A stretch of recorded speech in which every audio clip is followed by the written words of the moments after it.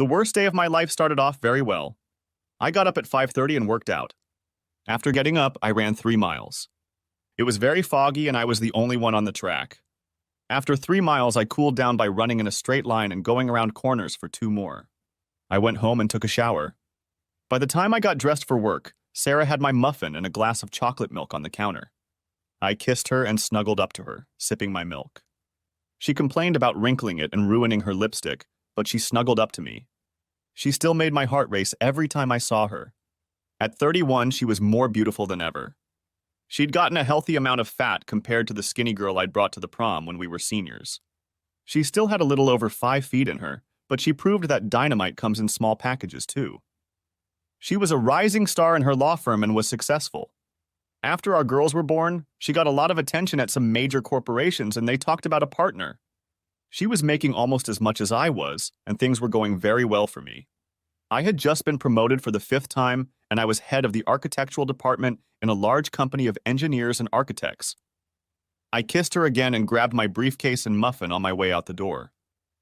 "Have a good day, beautiful," I waved goodbye. She kissed me as she gathered the girls for school. She left for work an hour after me and I had to go to bed. My second baby girl was in the garage. I had only owned it for 6 months. It was a burnt orange Charger Hellcat.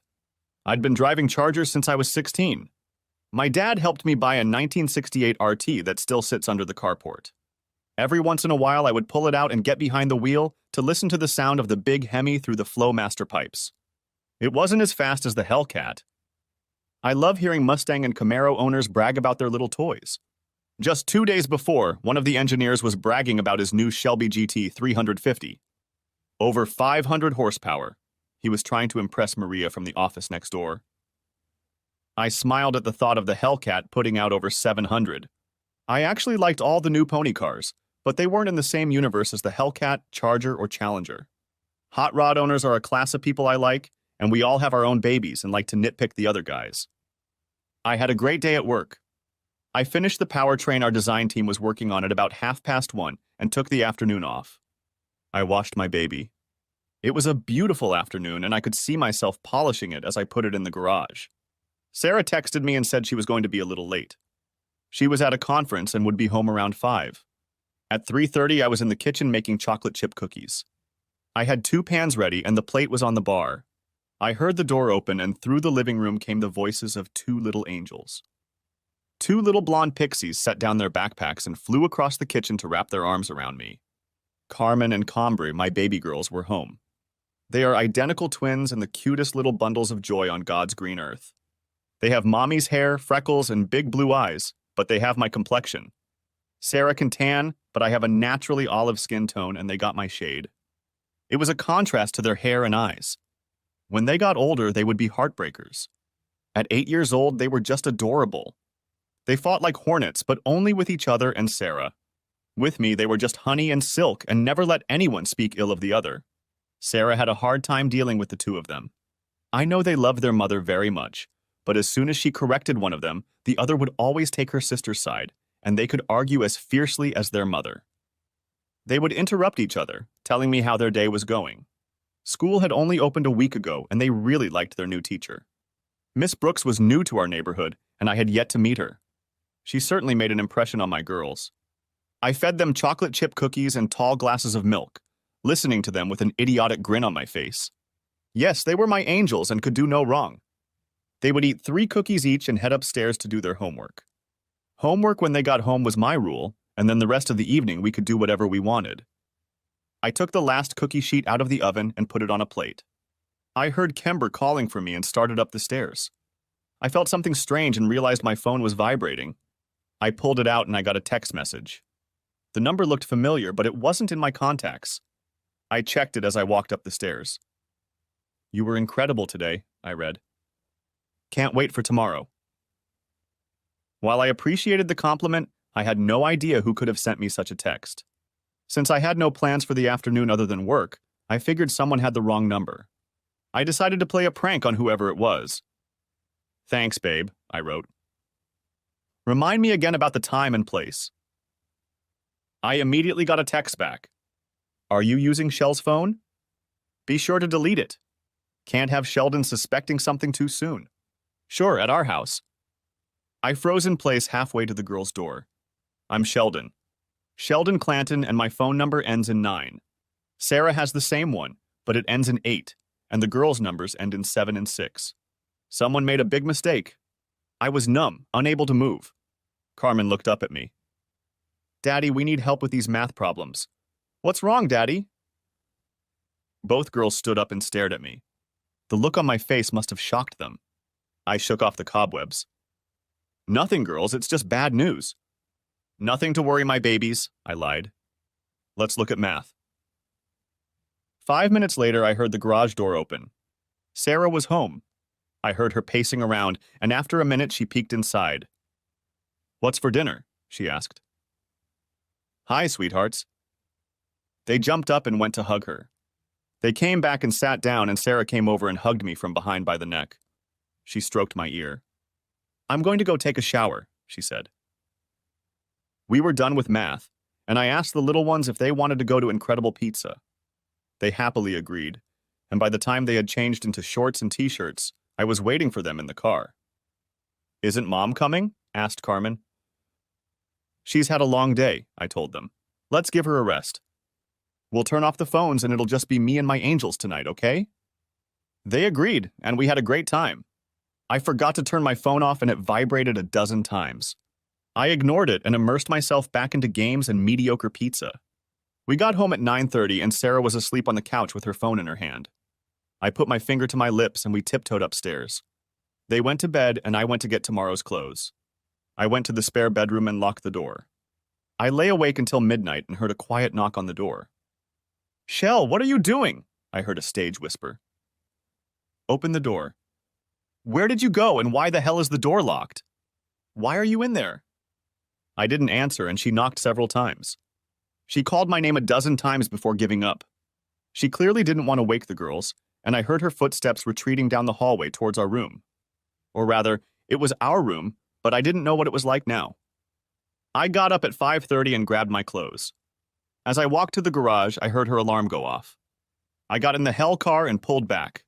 I saw her enter the garage just as the door came down and drove to the park. I usually ran on the school track, but that day I ran in the park. My phone rang a dozen times, but I didn't pay attention to it. I showered and got dressed for work. At noon, I asked my buddy Marcus to lend me his Ultima.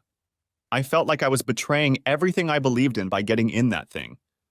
But it looked like all the other little box-shaped cars on the road, and I wanted to blend in. Sarah's car was parked outside the office, and I stopped across the street and waited. The windows were dark, and I knew no one would be able to see me inside.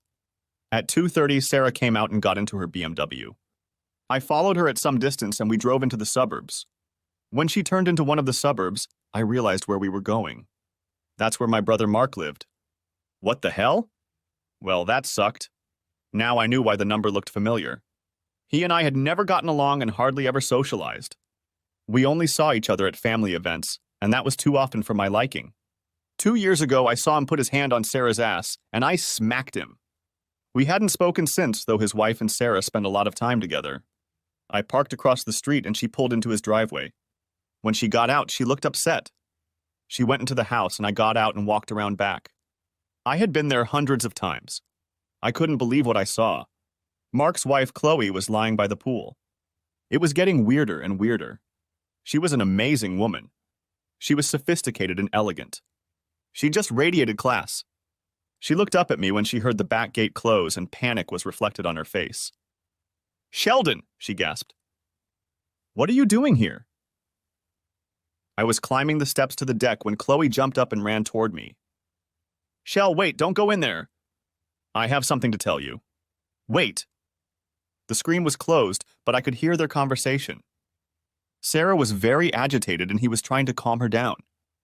I'm telling you something's wrong, she said. He slept in the spare bedroom last night, and this morning he left without saying a word to me. It was a mistake, Mark. I need more time to get him used to order. I know he thinks Chloe is beautiful, and we're going to have to let her work on him. I love my husband, and I'm not going to risk my marriage and children over this. You can talk him into it, he told her. We've seen the way he looks at Chloe. You don't have to talk me into it.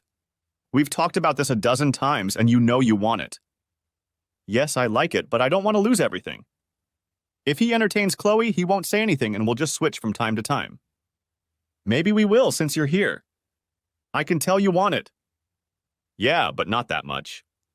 If Shell ever finds out about this, he'll die. I'm not going to do that, Mark. I looked over and saw them standing in the living room. He pulled her to him and kissed her. She resisted for a minute, but then she let him kiss her. I took some pictures and made a little video. He slid down the zipper of her dress and she reached out to stop him. I had seen enough. They jumped aside when they heard the screen door come down and I stepped through it. Sarah screamed. No. Oh God, no. Sheldon, it's not what you think. Please, Shell, I'm so sorry. I kept walking towards them and Mark was backing away as fast as he could. I just walked past them to the front door. Sarah ran up to me and hugged me from behind. Please, Shell, let's just go home. Things aren't what they seem.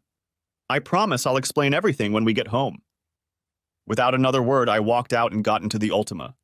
All three of them got out and tried to chase me. I drove her back to the office and gave the keys to Marcus. 30 minutes later, my phone rang. I ignored it. About 5 minutes later, my secretary rang. Your wife is on line 3, she said. Tell her I'm unavailable, I replied. I spent the rest of the day staring at the computer screen. Your sister-in-law is on the phone, I heard 5 minutes later. I asked her to connect. What do you need, Chloe? Shell, we need to talk about this, she said. Why aren't you at home? You need to talk to Sarah. She'll explain everything. Mark and I will be there too. We'll talk about it like adults. It's your brother and your wife, Shell. You need to calm down. Why is it that when someone bullies you and pisses you off, they always say you need to calm down? It made me even angrier. I don't have a brother, I told her. If that asshole is in my house when I get back, I'm going to rip his balls off. If I see you there, I'm going to slap you out the door. Don't ever let me see you or hear your voice again, Chloe. Tells us Rons that if he sees me, tell him to run. I hung up the phone. 20 minutes later, Dad called. Sheldon, what's going on? He asked. Your brother and Chloe are here. They say you threatened them. Sarah called and she was crying and throwing a tantrum. I couldn't understand her. What have you done? Sarah is having fun with Mark, and she and CLO were planning to trick me into a wife swap. Dad, I don't have a brother. If I hear you let any of the three of them into your house after today, I won't have a father. If my mom lets them in the house or any of you ever say their names in front of me, I won't have a father or mother. Guess what? You raised an asshole and now you get to pick a side. Oh yeah, you won't have grandchildren either. You can't talk to me like... He started, and I hung up the phone. Maria walked in and asked something, but I couldn't hear what she said. Sheldon, I asked you a question, she said in a louder voice. I started. Oh, I'm sorry, Maria. What did you say? Are you okay? She asked. Tears ran down my cheeks and I couldn't stop them. She came over and put her arm around my shoulders. Did someone die? She asked. I'm so sorry, Sheldon. Who was it? I think it was my marriage and my family, I told her. The whole story came out as I buried my face in my hands and burst into tears. 10 years of my life flashed before my eyes. 10 beautiful years with the woman I loved and the woman I thought loved me. Did she sleep with him? She asked me. I think so, I replied. She was going to do it again tonight. She thought I'd figured them out and wanted to call the whole thing off. Why would she do that, Maria? I loved her with every cell in my body. I would have died for her. How could she do this to our girls? What did those 2 little girls do to deserve this? Sheldon, go home and talk to her, she said. Find out the answers to these questions. You'll never rest until you do. Get out of here. I hugged her. Thank you, Maria. You're a good friend. Please don't tell anyone about this. She looked hurt. Jesus, Sheldon. How could you say something like that? You know I won't tell anyone. I apologized and she hugged me again. I know you're upset. Just go home and try to work things out. My phone had been going off since I got back to the office, ringing on the way home until I turned it off. As I pulled into the garage, Sarah came running out of there. She stood next to the door and I sat there for a minute gathering my thoughts. She started pounding on the window with her fist. Sheldon, just come out and talk to me, please. I'm begging you, just let me talk to you. I opened the door and she tried to hug me. I pushed her away. I think she was shocked. I wasn't a violent person, and I had never touched her once in our entire life. Don't touch me, Sarah, I told her. You make me feel like I need a shower. She burst into tears. Okay, I won't. Please, Shell, just come inside and let me talk to you. You have until the girls come home, I told her. When they get home, the conversation will be over and we'll pretend everything is okay. Do you understand? They don't get involved in anything, and if you upset them in any way, we're done. That's not enough time, she cried. Can't we talk again when they go to bed? I don't know, I said. It depends on what you say between now and when I go to pick them up. You've got an hour and a half? Make the most of it. I will, she promised. Please, can we just sit down? I followed her into the living room, where she sat down on the couch and patted the seat next to her. I sat down in the chair across from the coffee table. This made her cry again, and she covered her face with her hands. I sat back and waited. You're wasting your time, I finally told her. She grabbed a towel from the bar and wiped her face, sitting back down. She could barely speak. She was crying so hard.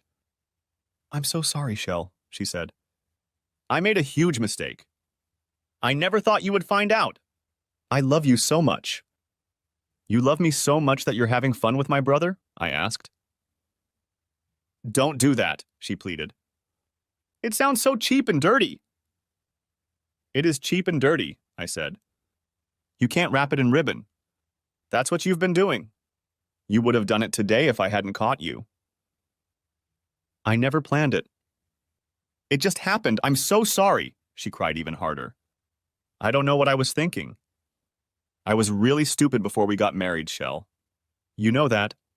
I met Mark before I met you. I slept with him a few times, and after he met Chloe, we still went out occasionally, all three of us. I know you think she's beautiful, Shell. I thought the four of us could... All I had to do was... entertain him, I finished for her. No. I just wanted us all to love each other. We could all be together. I was going to include you, I swear, Shell. You were scheduled for an entertainment session this afternoon. No, I told him I wasn't going to do that. She sobbed. Yes, because you thought I knew. What if I hadn't known? I wasn't going to... It doesn't matter, you knew. How did you know? What difference does it make? Shouted I. You were going to entertain the creepy bastard. Do you know what that does to you, Sarah? Please, Shell, I'm so sorry. I'm so sorry. I don't know what I was thinking. I didn't think it would turn out like this. It doesn't have to be this ugly. It can be fun. I'll still be with you. You can sleep with Chloe.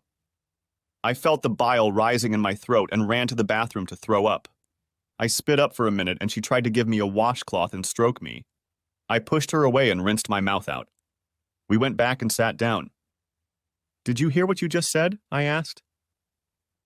This could be fun. The next thing you're going to say is it was just sex. Jesus, Sarah, do you realize what a damn cliche you've turned into? It makes me want to beat the shit out of you. Yeah, do whatever you want, Shell. I won't say a word. I've earned it. Please, just forgive me. I didn't think you'd find out. I never thought about how much it would hurt you until I thought you knew. When you left last night with the girls, I knew something was wrong. And when you didn't want to sleep in our bed, I knew you were in a lot of pain. I knew you found out. I wanted to tell you and apologize, but you wouldn't let me in. I got up early to tell you and beg you to forgive me, but you left before I had a chance. I should have waited until... Please, Shell, I'm begging you. Do you still love me? Damn you, Sarah. How can you ask me that after what you've done? I loved you yesterday morning, and last week, and for the last 10 years. But that didn't stop you, did it? How the hell do you expect me to trust you after that? How do you expect me to believe anything you say? I don't know, she sobbed. I'll earn back your trust. I'll prove that you can trust me. I'll do anything. Just tell me what you want me to do. Do you want to entertain Chloe or someone else? I won't say anything. Please, just let me get my chance back. I'm so sorry. I'm so sorry. It was a mistake. Haven't you ever made a mistake? Yes, I've made a lot of mistakes. I make mistakes every day, I said. Last week I forgot to pay my cable bill. I spilled paint on the garage floor. I didn't forget I was married, and neither did you. That wasn't a mistake. It was a betrayal. The mistake would have been if you took him from me. I don't know how to deal with this, Sarah. Tell me how I'm going to get over it. I don't know, she cried. But I'll do anything. We can get help. I'll see a counselor. I'll wear a bracelet. I'll quit my job. I'm desperate, Shell. I never meant to hurt you. I don't want to lose the girls over this. Please give me a chance to make this right. Oh my God, the girls, I said. I have to go and get them. Get yourself cleaned up, Sarah. If you're not under control by the time I get back, I swear to God, I will throw you out of this house. Not a hint, do you understand? Yes, I'll take a bath. I'll behave, I promise. Can we talk again when they go to bed? You can't promise me a damn thing, Sarah. Don't make me any promises, I yelled. You threw away the only promise that matters, to give up everything else. Do you remember that promise? She just collapsed. Yes, I'm so sorry, but I forgot. Shell, can we talk later? Yes, we can. I'm just leaving now. Get cleaned up, Sarah. I was 10 minutes late picking up the girls. When I pulled up to the school, I saw them sitting on a bench in front of the school. A woman was sitting between them with her arm around their shoulders. She was a young woman of indeterminate ethnicity, possibly Hispanic and black. She looked to be in her early 20s. As I got closer, I was struck by everything. This woman was simply gorgeous. She looked tall and slender, and she had the biggest and warmest brown eyes I had ever seen. There were golden sparkles in those eyes, and the mop of shiny curls on top of her head framed one of the most beautiful faces I'd ever seen. Her skin was light coffee-colored and flawless. She smiled as I approached, and her face lit up like a beacon. Her teeth sparkled, and she nudged the girls. They looked up and saw me approaching. They jumped up and flew across the grass, and an avalanche of little girls descended on me. You're late, Daddy, Kember said. I'm sorry, baby, I told her. I lost track of time. It won't happen again. It's okay, Carmen said. Miss Brooks stayed with us. She rose to her feet from the bench, and I watched mesmerized as she came over and held out her hand to me. Mr. Clanton? I'm Carly Brooks, she said. I adore your girls.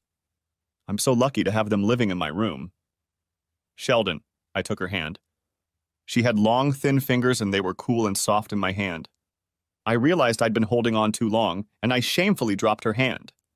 Thank you so much for waiting with them. I'm so sorry, Miss Brooks. I could barely speak. This woman was a walking wet dream. Carly, she corrected me. Sheldon, do you think I could talk to you for a minute? Girls, can you wait in the car for a minute? I asked. Just a minute? They hugged the teacher and, holding hands, walked to the car. She smiled after them. I hope you're very proud of them, she said. They're the nicest kids in this school. That's why I wanted to talk to you. They were upset this morning. They told me that their mom was crying this morning and that she cried all the way to school until she dropped them off. Is everything okay at home? Did something die in the family or something? I swore to myself. No, Carly, not everything is fine. Everything will be, and I'll make sure it never happens again. Their mother and I are having a lot of trouble right now. I'll try to keep them out of it. I'm very sorry. Can you talk to me about it? She asked. I'm a good listener, and I'll do anything for those little girls. Thank you, but I can't talk right now, I told her. It hurts too much, and I don't know where this is going yet. But I appreciate it. Maybe when things are smoother, I'll tell you, but right now it hurts too much. She reached out, and her fingers gently stroked my jaw. I realized she was very tall. Her eyes were almost level with mine, and my height was 6'3". She smiled. Her hand dropped, and she walked back into the building. I stared after her for another minute. She was poetry in motion. She looked over her shoulder and smiled when she saw me watching her. My face flushed, and I walked to my car. I felt the touch of her fingers on my cheek for hours more. The Munchkins chatted happily until we were almost home. Daddy, Mom was crying this morning, Carmen said. Were you mean to her? I laughed. Maybe a little, I said. I won't do it again, okay? Okay, she said. I don't like it when she's sad. Bray doesn't like it either. I know. I'm sorry about that. It's just that people fight sometimes, you know? I know, Daddy, Kember said. Carmen's mean to me all the time, but I don't give her a reason to cry. Hey, you're the one who's a big meanie, Carmen objected. I had to laugh. None of you are mean. It's just that people fight sometimes. I'll try to be kinder. You're always nice to us, she said. When we got home, Sarah was still in the bathroom, but when she came out, she was quite normal. Her eyes were a little puffy, but she smiled and hugged the girls. We had a nice dinner and they sat on the floor at our feet and we watched TV. It was a nice time, but I was dreading bedtime. I read to them and kissed them goodnight. I saw Sarah watching them from the doorway with a sad smile on her face. She was gone when I turned out the lights and was waiting at the foot of the stairs. Do you want to talk in bed? She asked. I'm not sleeping with you, I said. They'll find out if you don't, she said. Don't do that, Shell. Make me feel as good as I can. I need you to hold me. I need you to not be. Whatever. I caught myself. Tears ran down her cheeks. We undressed in silence and I lay on my back, staring up at the ceiling. I could feel the bed shaking and knew she was still crying. Shell, do you want to make love? She asked quietly. I'll let you. I know you've always wanted to, her voice trailed off. Jesus Christ, I exploded. I'm going to the spare bedroom. She grabbed my hand. Please, Shell. Forgive me. Don't go away. Please, just talk to me. I won't hurt you, I swear. I don't want to lose you. I don't know what to do or say. I'm just floundering. Please just punish me and then forgive me. No, I won't make any promises. Shell, do I have a chance to make it up to you? Do I have a chance at all? Honestly, I don't know how, Sarah, I said. I despise you so much, it's killing me. I've loved you since we were in high school. I wish it weren't so. It wouldn't hurt so much if I didn't. What can we do? How can we go back to the way things were? How do I know you won't just entertain a gas station attendant to pay the bill? Damn you, Shell, that's not fair. I'm not a whore and you know it. You're the only man I've ever loved in my life. Don't you dare tell me what's fair, I growled. Is it fair that you've been having fun with this asshole for God knows how long? Is it fair that a man who has loved you since we were in high school has to live with the fact that his wife is a slut who tried to sway him to do the same? Is it fair that our girl's mom is a cheating bitch? Is it fair that you're a liar and a cheater? Screw you, Sarah. Don't tell me who you are. I know who you are. Screw this, it's not going to work. I don't want to hear your bullshit. You won't even take responsibility for what you've done. I want you out of here. In the morning, you're going to tell the girls you're going to stay at your sister's for a few days. I don't care what excuse you give them. Make something up, you're a good liar. Just leave when I get home tomorrow. She started crying hysterically. I'm sorry I said that, Sheldon. Please don't make me leave. No, you made your own choice to be an abomination with asshole without thinking of me or the girls. I'm making this one, and I'm not considering you. This is my house. I inherited it from my grandparents, and I don't want you living here. When can I come back? She sobbed. I don't know. Maybe never. Don't make me angry, Sarah. Maybe I'll get better after a while. Maybe you'll figure out how to fix things, or maybe I'll figure something out. I can't breathe when you're here. Every time I look at you, I see that bastard unzipping your dress. I'm going to go to the couch. I left her crying on the bed and took my pillow and went to the couch. The next morning I left again at 5:30 and she still wouldn't get up. When I picked up the Munchkins after school, they told me that she had gone to Aunt Sophie's to help her while she was sick. They were a little upset because they were supposed to run a 5-kilometer race with her on Saturday. I told them I would work out with them instead, and they got excited.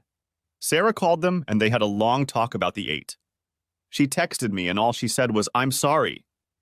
On Friday, I took the day off, and I got a call from Sophie. She wanted to come and talk to me, and I agreed.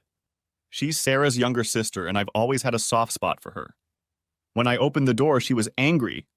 She came in and poured herself a cup of coffee. She was about 14 when Sarah and I got together, and she was just an angel. After Sarah and I got married, she spent more time at our house than at her parents', and we were still very close. "What is wrong with you, Sheldon?" she spat out. "Sarah is dying in my house, and you just sit here and let her. She won't stop crying the whole time she's there. Come and pick her up and bring her home." "Did she tell you why she's there?" "She made a mistake and slept with them, Sheldon." "You forgave her last time. What's the big deal?" I couldn't believe my ears. "What the hell are you talking about last time?" said I. I felt very calm. Her eyes got big and she covered her mouth with her hand. "Oh my God," she gasped. "She never told you, did she?" "Sophie, tell me what the hell you're talking about," I said. "No," she said. "I'll let her tell you. She promised me she would tell me, and she said she did, and you forgave her. That's all I want to say. I'm sorry, Shell. I didn't know what the hell I was talking about. I came in here in a semi-conscious state, and I apologize. I'm going to talk to her." She kissed my cheek, and not 10 minutes later the doorbell rang. It was John and Alicia, Sarah's parents. It wasn't nice. I invited them in, and we sat down at the bar to drink coffee. "We're very disappointed in you, Sheldon," Alicia began. "Are you disappointed in me or Sarah?" I asked. "You kicked her out of the house," John said. "Why would we be disappointed in her?" "Did she tell you why?" I asked. "We haven't seen her," said Alicia. "Why don't you tell us why?" "Look, I love you both, but I'm not telling you anything," I said. "If you want to know, ask her. In the meantime, maybe you should do a little fact-checking before you get disappointed in someone. Now you're welcome here anytime. You can see the girls anytime you want, but don't come back here to have this conversation with me again. Find out what's going on, and then we'll talk once. After that, it'll be over. It's really none of your business. Now I have some things to do, so I have to go. Finish your coffee, wait for the girls to get home, whatever, but I gotta go." I left them there with their mouths open. As I got into the Hellcat, my mind was reeling. The conversation with Sophie had knocked me out, and then John and Alicia arrived. Apparently there had been another incident, and Sophie knew about it. Sarah had promised her that she would tell me about it, but she hadn't. It made the situation look even worse. What am I supposed to do now? Driving my baby girl always gave me at least temporary peace of mind, and I pulled onto the freeway, heading north. There wasn't much traffic, and I had the Hemi's engine slightly ajar. I looked down and saw I was doing 85. It felt good. I looked in the rearview mirror. There was a new yellow Mustang GT driving behind me. It was too close for the speed we were traveling at, and it pissed me off. I pressed down on the gas pedal, and that big Hemi howled. The supercharger roared, and I took off like I was being launched. This engine burns 1.5 gallons of gasoline per minute at full throttle, and 650 lb-ft of torque spins the wheels like a freight train. The Mustang immediately began to fall behind. It held on until we passed 120, but by the time I got to 150, it was just a yellow dot. I stopped at the next exit. I needed gas, and there was a convenience store there. I pulled up to the pump and held out my credit card. I heard a motor rumbling on the other side of the pumps, but I didn't pay much attention to it. "Sheldon, is that you?" I heard a woman's voice say. I looked over, and there was a yellow Mustang. Carly Brooks was getting out of it. She was walking down the pumps toward me. She was wearing a button-down shirt and jeans. I noticed she was wearing white flip-flops, and her toenails were painted the same yellow color as her car. She looked absolutely stunning.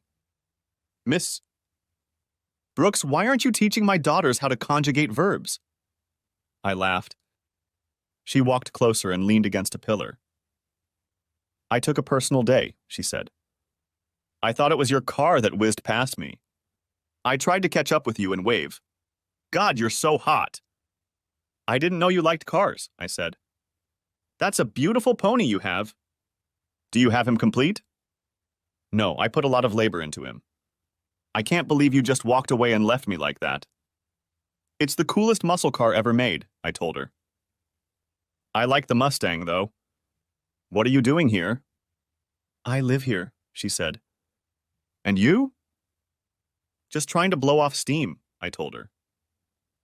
"That rough patch I was telling you about has turned into a mountain, and I just need to clear the brain fog a little."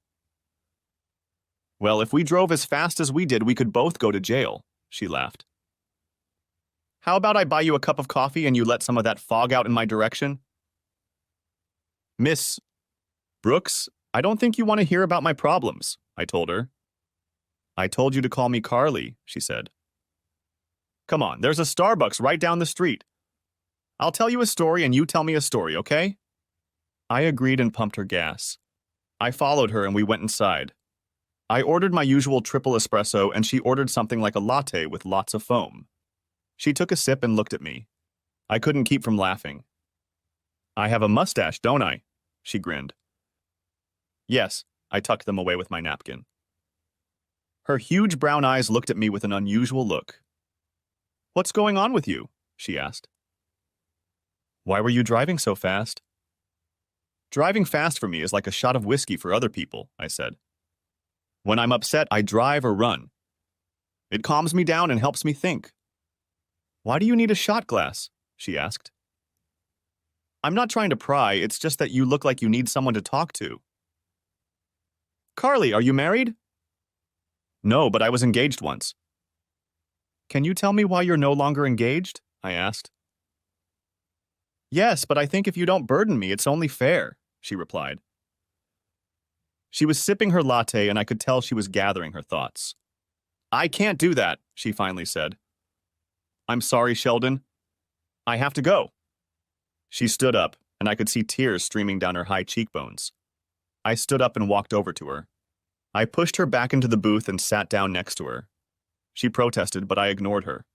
I took one of her long, thin hands in mine. I'm sorry, Carly, I told her. I didn't mean to upset you. You don't have to tell me anything you don't want to. I didn't make a deal. I was just trying to find a place to start. It's okay, she said. If you don't let me out, I'm going to crawl under the table. I'm sorry, Sheldon, but I can't do that right now. It's too painful for me. I let her out. She stood up and hugged me. I just have to go, she said. I'm sorry I couldn't help you. It's okay, I told her. Will you let me buy you another cup of coffee sometime? I promise I won't make you cry. Usually girls have to get to know me a little before I make them cry. She let out a wet chuckle. That wasn't you. Yeah, call me sometime. I love your girls, Sheldon. I know you're a good father. She slid out of the car, and the little yellow Mustang shrieked its tires as she pulled away. It was time to pick up the girls, and I went to get them. They did their homework, and we went to Red Lobster's. They had endless shrimp, and we all love shrimp. By the time we were done, our table resembled a shrimp graveyard. The next day was a 5-kilometer race, and I had planned to run. It got postponed because Sarah wasn't there, and I agreed to run. We were seated at a table at the 3-kilometer marker, with water and Gatorade on a small table.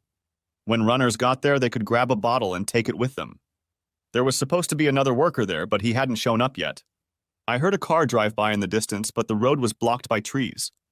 I was shocked when a little yellow pony pulled up and Carly got out of it. She looked amazing.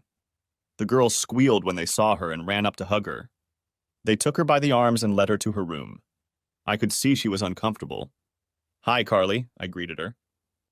How did we get so lucky? She smiled and relaxed. Virtue reward, she smiled. We chatted merrily for a while, and then I heard the sound of a car pulling up. It was a huge Ford pickup. The door must have towered about 5 feet above the ground. I recognized it. It belonged to the baseball coach. He was an aging high school sports hero. Everyone knows him.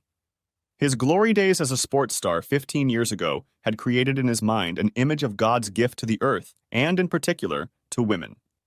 He had a shaved head and was about 6 feet tall. He played sports, it was obvious, and walked with his arms almost parallel to the ground so everyone could see how strong he was. His name was Hawk or Falcon or one of those birds of prey. He walked over to the table. Carly, how are you doing here, dear? Mister. Harrier, she replied. I'm not going to tell you again not to address me by my first name. We're not friends, and if you call me honey again, I'll file a complaint that you're creating a hostile work environment. His jaw dropped. What are you, a lesbian? He became indignant. Of course, that might have been the only possible explanation for any woman not falling to her knees in front of him. Your wife certainly didn't complain when I was at her house, Carly said. The girls gasped, and he jerked his hand away. I stood up and he looked at me. He may have outnumbered me by 20 pounds in 10 years, but he was a bully, and bullies don't want to discover any surprises. He didn't know me, so he walked back and got in his truck. "Girls, I'm sorry I talked like that," she said. "That man has been hitting on me since I got here, and I'm sick of it." "That's no excuse." "I'm sorry." Bray hugged her. "It's okay, Miss Brooks. We don't like him anyway. He follows all the young girls on his cross-country team. He's just creepy." Carly looked at me, and we both burst into laughter. "Remind me not to make you mad," I told her. "You have a mean streak in you, Carly." The first contestant started showing up, and for a while we were busy as bees. I asked the girls if they wanted to take Carly for wings later, and they were very excited about it. She agreed to come with us, and we headed home to get cleaned up. I know a place that serves some of the best wings on the planet. It was called Hackett's, and it was run by an old friend of mine. He was an older black man from Memphis, and he knew how to make wings. We were having a blast, and I didn't want it to end. Carly and the girls took my mind off Sarah, and it felt good to be human for a little while. But it couldn't last long, and when I got home, my phone had a dozen missed calls from her. It had been off all day, and as soon as I turned it on, it lit up like a Christmas tree. I put the girls to bed and called her. "Shell, I need to talk to you," she said. "Can I come over?" "Don't you have a date?" I asked. "Asshole too busy?" She sobbed. "Please, just let me come over, Sheldon. I can explain everything." "Okay, come over," I said. I finished talking, and 30 minutes later I heard her open the door. I thought about changing the locks. When she walked in, she looked like a wreck. She tried to hug me, but I reached out and pushed her away. "Sarah, I swear to God, if you touch me, I'll throw up on you," I told her. She immediately cried and came over and sat down. "Can I just talk to you?" she cried. "Let me just speak my mind." I sat down across from her again at the table. She stared at the floor. "I know what Sophie said." His voice was so quiet I could barely hear her. "So you decided to come clean?" I asked. "Yes. I didn't want to tell you before. Thought you'd hate me." She caught me, Shell. "She threatened to tell you if I didn't. I told her I would, but I couldn't. You were so happy, and I couldn't think about how it would make you feel. It was just, no, I'm not going to say it." I was drunk. One night we were at a Christmas party at school.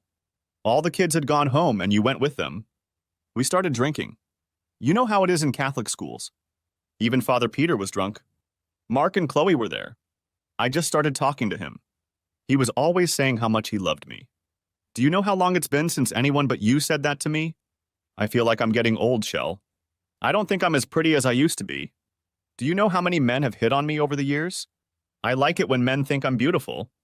I've danced with them. They'll never get to me, but it made me feel good to know they wanted to. Barbara Jansen was there. Do you remember her? She was a freshman when we were seniors. She was a pretty little blonde who always thought she was something special. She married one of the teachers at an all-girls school. She said something to me about me looking old. I was drunk and it really hit me. Then Mark came over and asked if I wanted to dance. He was as charming and handsome as ever and kept telling me how beautiful I was. He kept telling me how good school was. I was drunk as hell and let him talk me into going out on the porch in the back of the house. It was so stupid, but I just felt really vulnerable. I made him feel good. I was so sorry.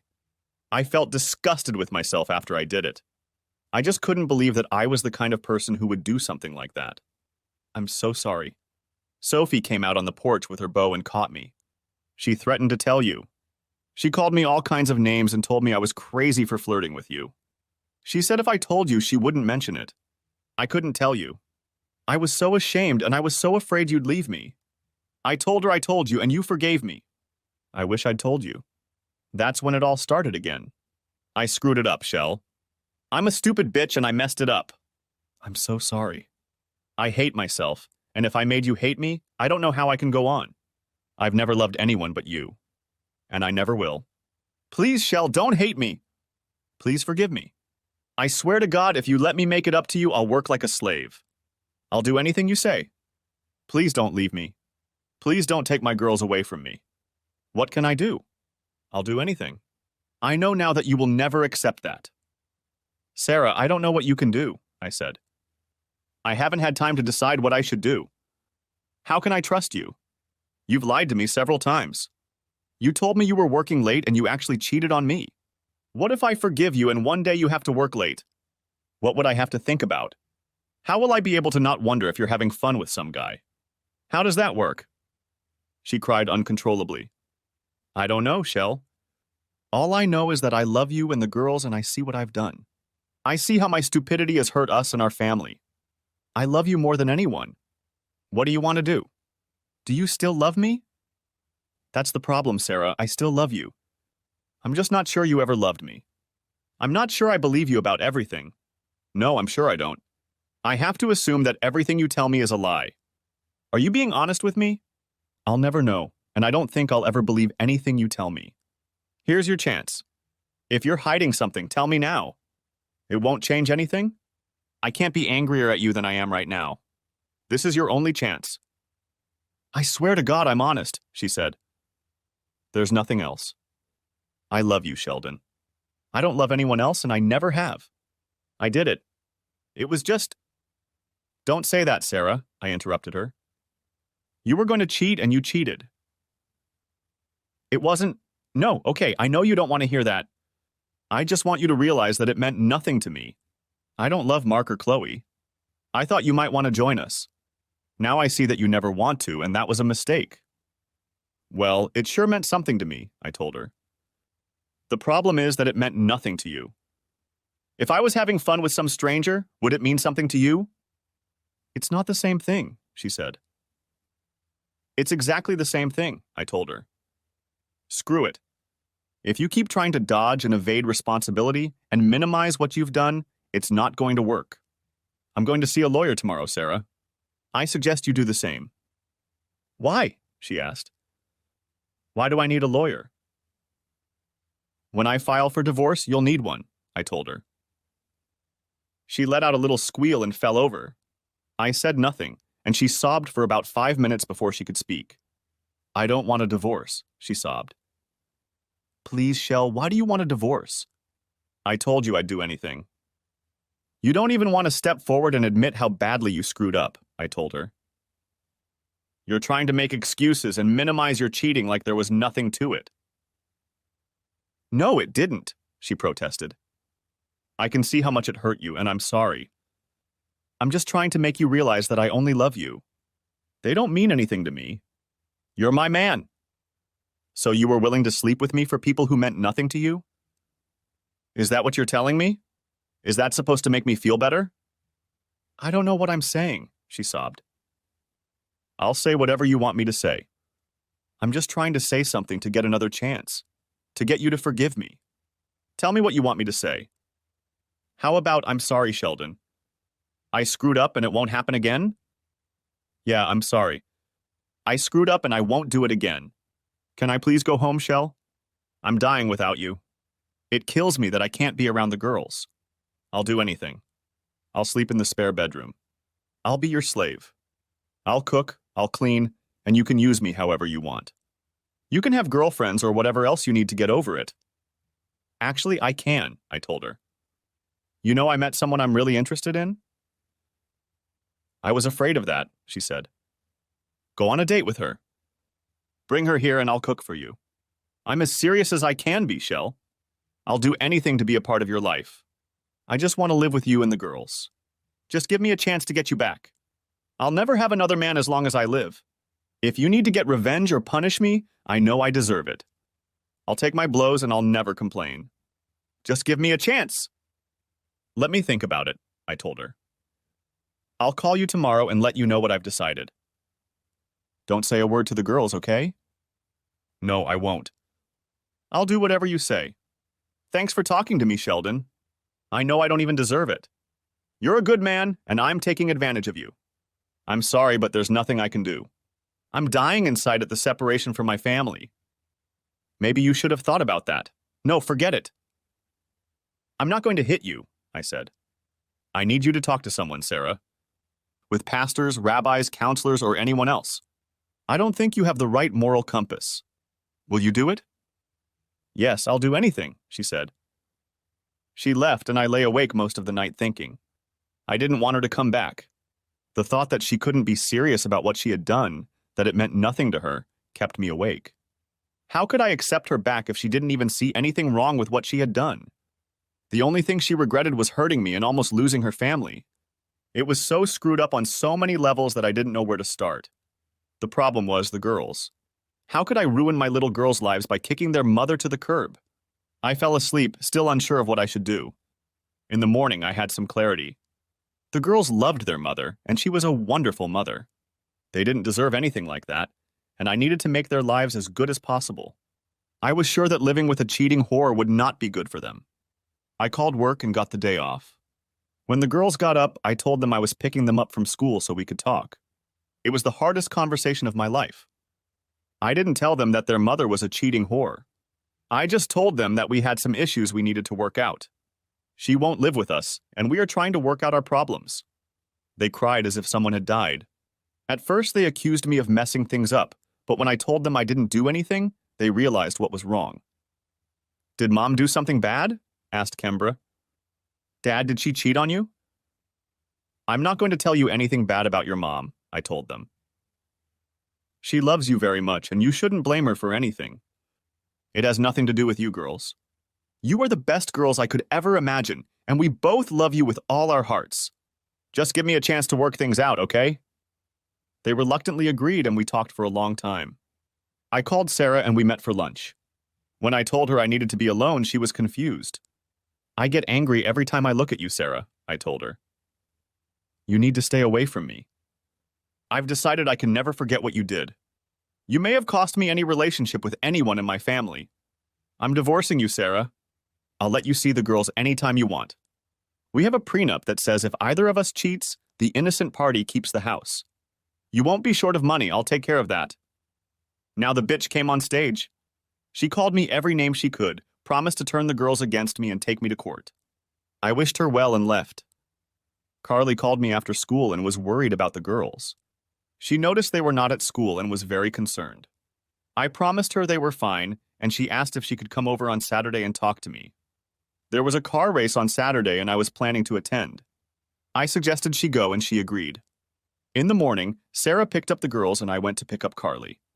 She was as gorgeous as ever. We had 50 miles to go and we talked a lot. Finally, she broke down and told me her story.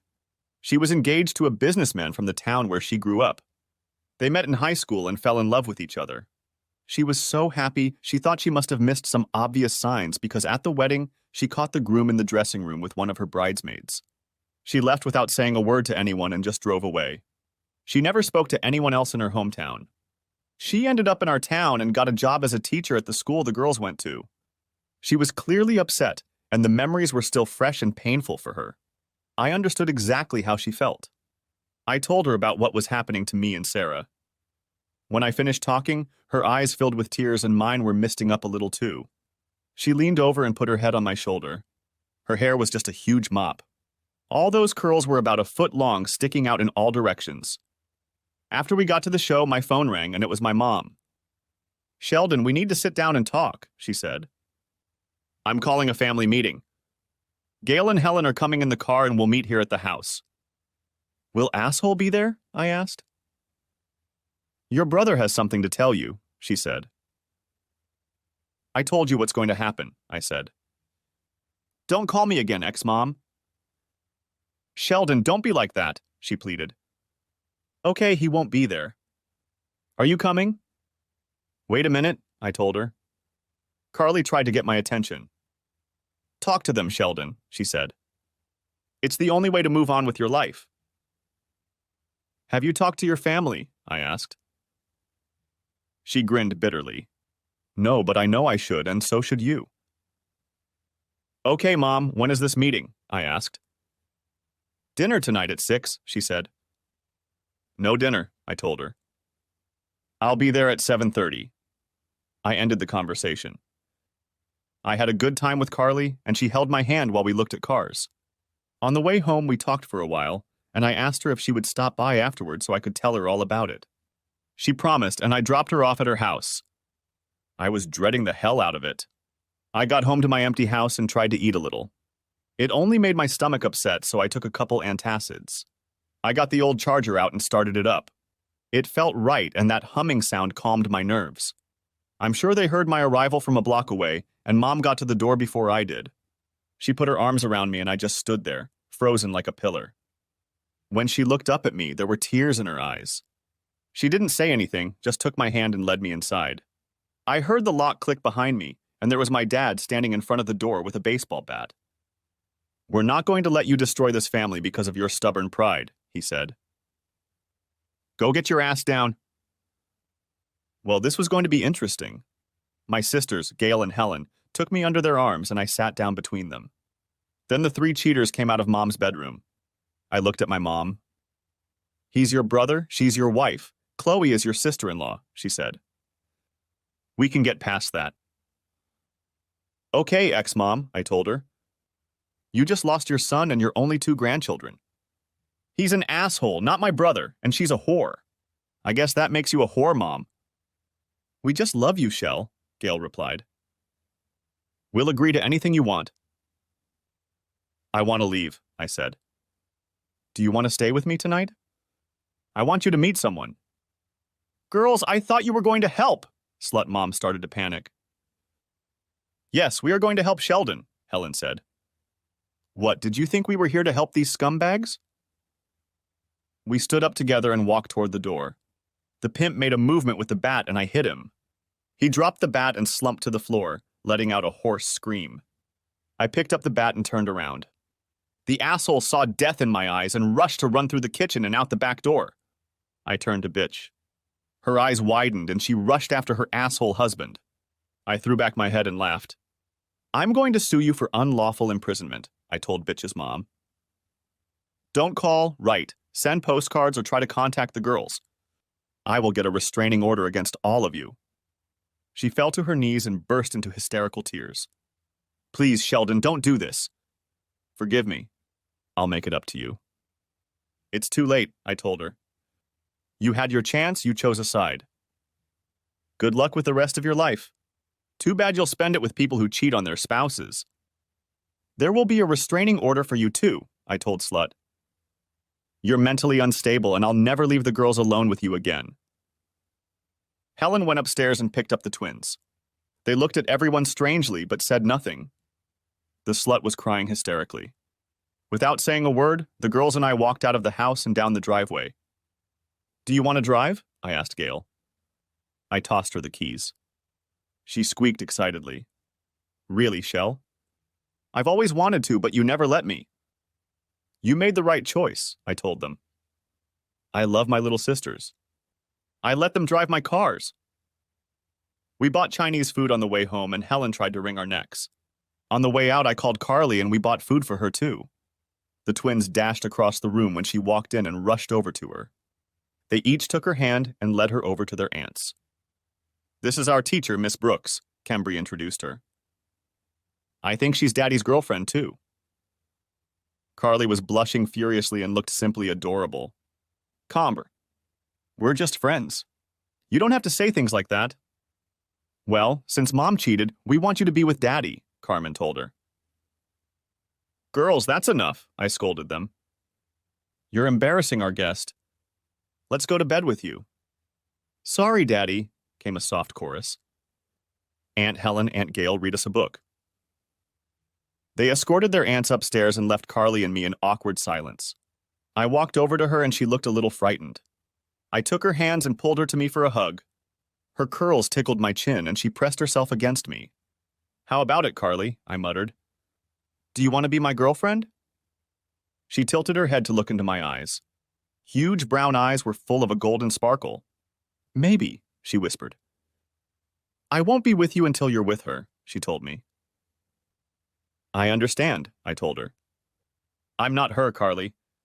And I'm not going to be her. It's going to take time to work all this out." "I have the rest of my life," she said. The next morning, I went to see a lawyer. Her name was Marcy Gray, and she was very rude. I think at first she thought I had left my wife for a status upgrade. She was in her 40s.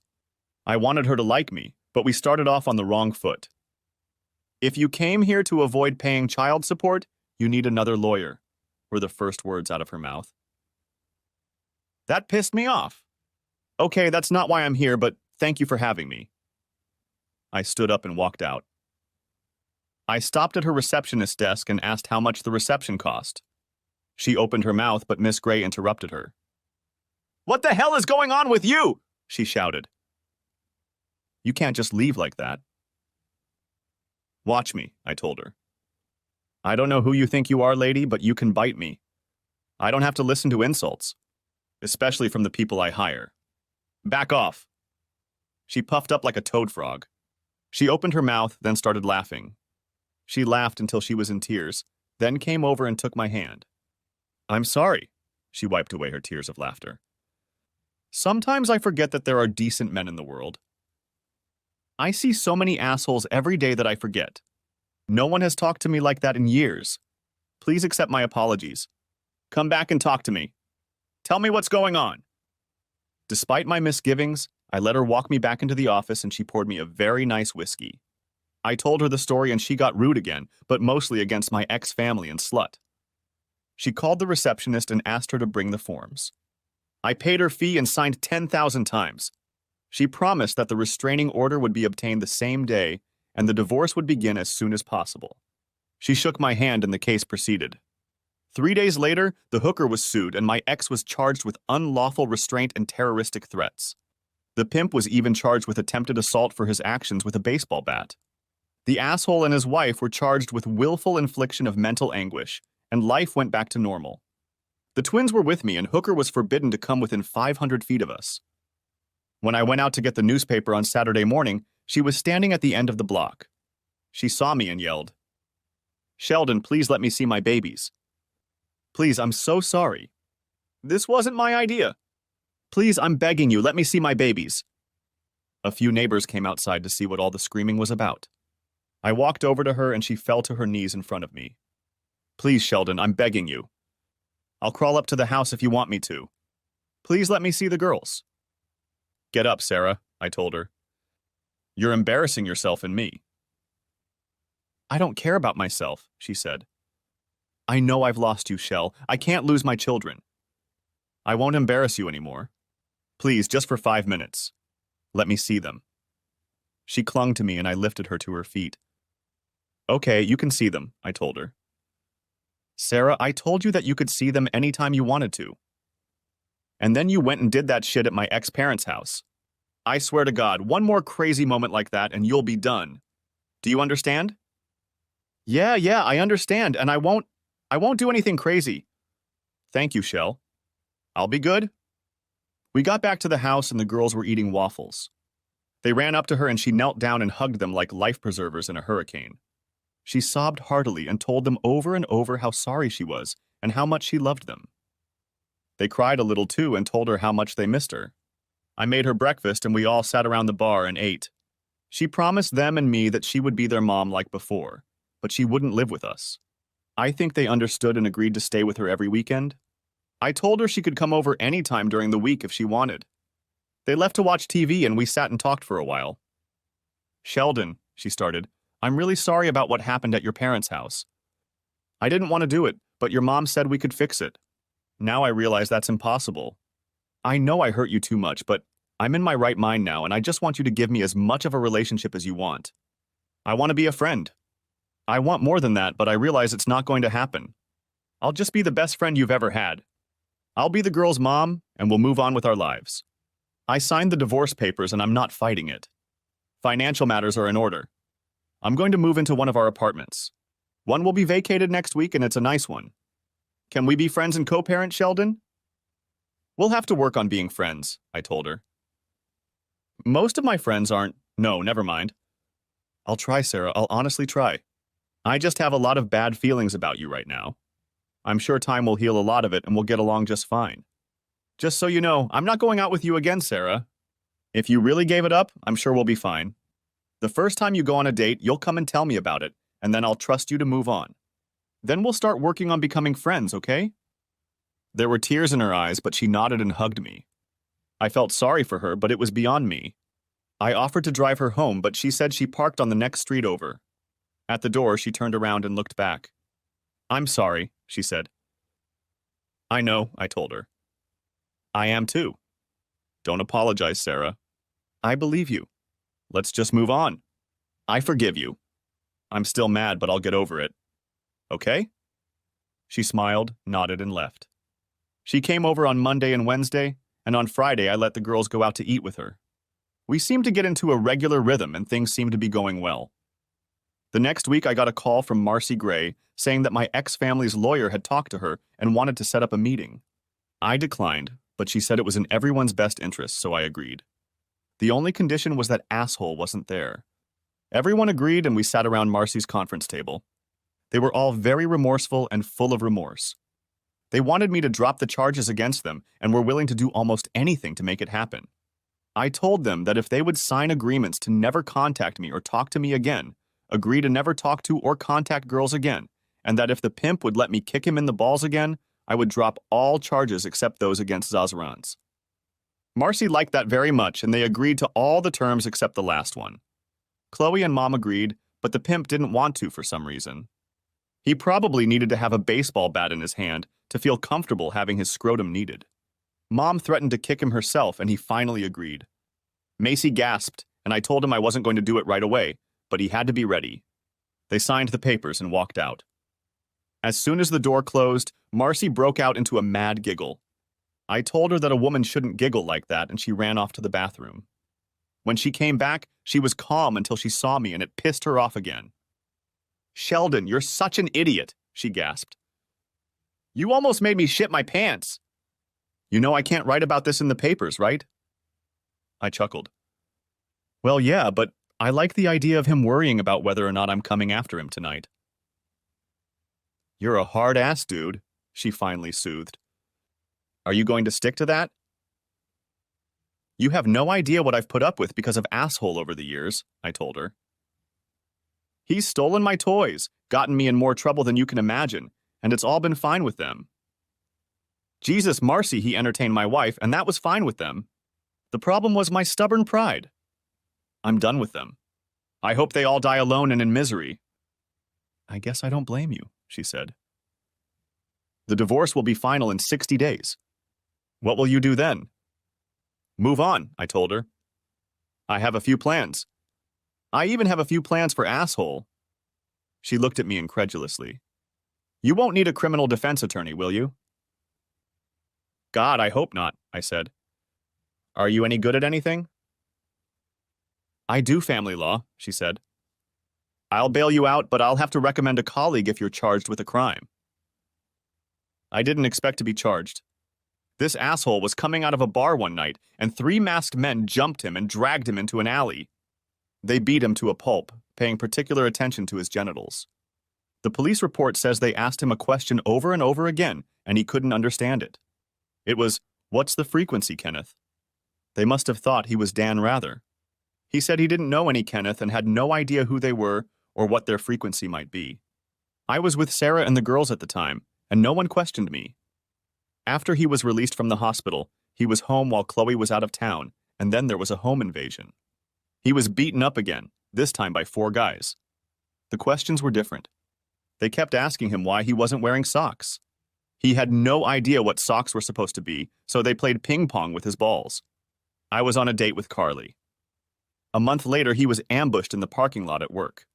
He couldn't quantify the number of assailants, but they asked how often he did it, and again disapproved of his choice of socks. I was at the Twins' soccer game with Sarah. I was questioned by the police that time. Assassination attempts seemed to be a favorite of jealous husbands, but I had a solid alibi for all the attacks. 2 months later, his car started having problems. 3 times a week for 2 weeks when he came home from work, it would get a flat tire. Mysterious holes in the sidewalls, maybe the size of ice picks.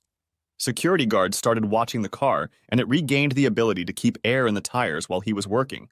But as soon as he went into a store or bar or left it alone for a minute, the problems resumed.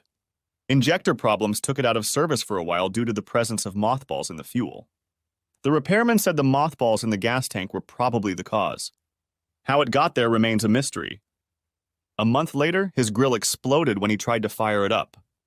There was a gas leak, and for a time he lost his eyebrows and eyelashes, as well as the front of his hairbrush. This streak of bad luck continued until the climax came when the airbag in his car unexpectedly deployed, causing him to crash into a tree. Of course, by then the airbag had deflated and he was injured and hospitalized. His wife, the lovely Chloe, decided that his bad luck might be starting to affect her and filed for divorce. He was afraid to step outside the threshold of his home and took a job in Cleveland selling tires. My life was going great. The divorce went smoothly and I was a free man. For about a month, Carly and Sarah walked around each other like two cats, but one day Sarah asked her out for drinks and dancing. Sarah had a date, and she asked Carly to tell me about him. He was an accountant, and Carly said his name was Bob. She thought he was a nice guy and quite handsome. The girls got along pretty well with each other, and the tension in the house eased when they were there at the same time. After that date, I started taking Sarah out to lunch about once a week, and we became good friends again. We talked about Munchkins and how the work was going, and I remembered how much I enjoyed talking to her. She seemed to be doing well, and she told me that she really liked Bob. We didn't talk about the past much, and that was good. The Saturday after the divorce was finalized, Sarah took the girls and I went with Carly. We drove up into the mountains and hit a big local festival. We walked around, looked at crafts, ate local food, and rode a few carnival rides. That evening I took her dancing, and around 1 a.m. we got quite good and went out. When I dropped her off, she invited me in, and I didn't hesitate. She stopped in the living room, and I jumped into bed with her. She tilted her head to look at me. "Sheldon, I'm in love with you," she whispered. "And do you love me?" "More than you can imagine," I told her. "I thought I'd never be happy again, Carly." "I was wrong. My girls make me happy, and you make me happy. I really do love you. I think I'm the luckiest guy in the world. I should send Zazran's a thank you card." She laughed. "Well, I wouldn't go that far, but I'm happy here with you too." We whispered about what nothing meant and what everything meant until we fell asleep with this gorgeous woman in my arms. 2 months later, she moved in with me and the twins rode to school with her every day. 6 months later, I realized I couldn't live without her, so I bought her a ring. I told the girls I was going to ask her to marry me, and I couldn't believe how excited they were. She was their idol and they worshipped at her altar. I called Sarah. She wasn't thrilled, but said she wanted me to be happy. I found out that Bob had asked her a question, and she had put it off. She said she was going to say yes, and I wished her well. I hoped she had learned something from her experience, and Bob wouldn't go through what I had to go through. I didn't say anything of the sort. I took Carly to a nice Italian restaurant and put the ring on. She squealed, and there were no more questions. When we got home, the girls were already waiting for us, and they were full. "Can we call you Mommy?" asked Kembry. "We already have a mom, but we decided we wanted to call you Mommy." Carly knelt down and snuggled up to them. Thank you, girls. I am so honored. I have loved you from the day I met you. You will always be my little girls. I'm not trying to take your mom's place, but I would be proud to have 2 angels like you call me Mom. We got married, it's been a year, and I love her more and more every day. I have never been happier. Sarah married Bob and they had a baby boy. I have never heard of the former family and I don't think I ever will. My sisters occasionally mention them, but they have nothing to do with them either. Sometimes you just have to live with your choices. They made theirs and I made mine. The worst day of my life was pretty bad, but I have a feeling the best days are yet to come. Carly is going to make sure of that. Thanks for watching, I hope you enjoyed it, so subscribe to my channel and watch the next video.